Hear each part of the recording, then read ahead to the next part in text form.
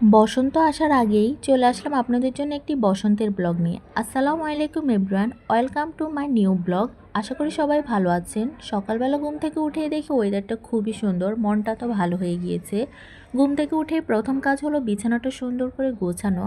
আর সামনে আমার final exam, একটু যদি পড়াশোনা না করি তাহলে কি হয়, সারা বছর তো এইভাবেই চলে যায়। আর এখানে আমি নাস্তা খাওয়ার আগে এক গ্লাস পানি খেয়ে নিচ্ছিলাম। ভাবলাম আজকে সকালবেলায় কোনো ধরনের পরোটা বা রুটি কিছুই খাবো না।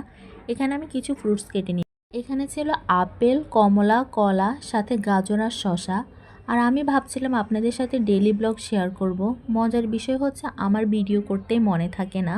আর আলহামদুলিল্লাহ আপনারা আমার ভিডিওগুলো অনেক বেশি পছন্দ করেন, আপনাদেরকে অসংখ্য ধন্যবাদ। এই তো আমি এখানে ফ্রুটসগুলো খেয়ে ফেলেছিলাম। তারপরে একটু চা না খেলে কি হয়। এখানে আমি কয়েকটা হ্যান্ডমেড চুড়ি বানিয়েছিলাম, কেমন হয়েছে অবশ্যই কমেন্টস করে জানাবেন। আর সবখানে দেখছি এই চুড়ির আলনাটা ভাইরাল হচ্ছিল, তো ভাবলাম আমার বাসায় সুতা আছে, আমিও বানিয়ে ফেলি। কেমন হয়েছে অবশ্যই কমেন্টস করে জানাবেন।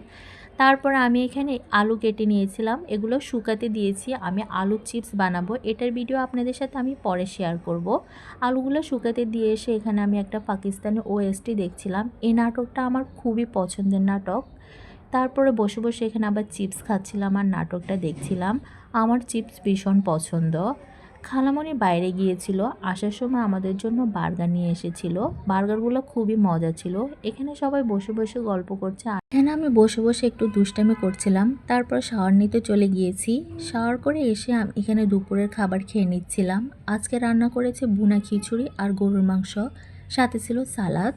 এটা খুবই মজা হয়েছে। আর আমার কাছে যে কোনো খিচুড়িই ভালো লাগে, ভুনা হোক বা ল্যাটকা খিচুড়ি হোক, আমার ভীষণ পছন্দ।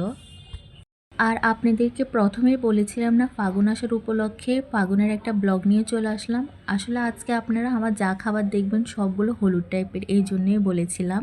আর বিকালের কোনো ক্লিপ নিতে মনে ছিল না। সন্ধ্যায় খেয়েছি ফ্রেঞ্চ ফ্রাই। খালামণি মজা করে ফ্রেঞ্চ ফ্রাই বানিয়েছে। খালামণির হাতের ফ্রেঞ্চ ফ্রাই খুবই মজা হয়। আর সাথে ছিল চা। চা না খেলে তো হয়ই না। তারপরে নাস্তা খেয়ে আর একটু পড়তে বসেছি, কারণ পরীক্ষা তো আপনারা জানেনই।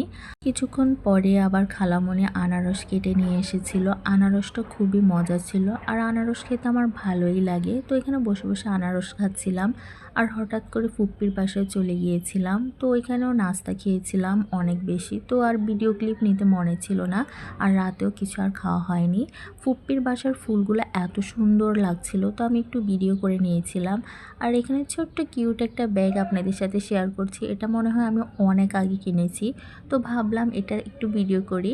আর এখানে আমি পাকিস্তানি একটা ওয়েস্টই দেখছিলাম। আজকের ভিডিও এটুকু পর্যন্ত। সবাই ভালো থাকবেন, সুস্থ থাকবেন। আল্লাহ হাফেজ।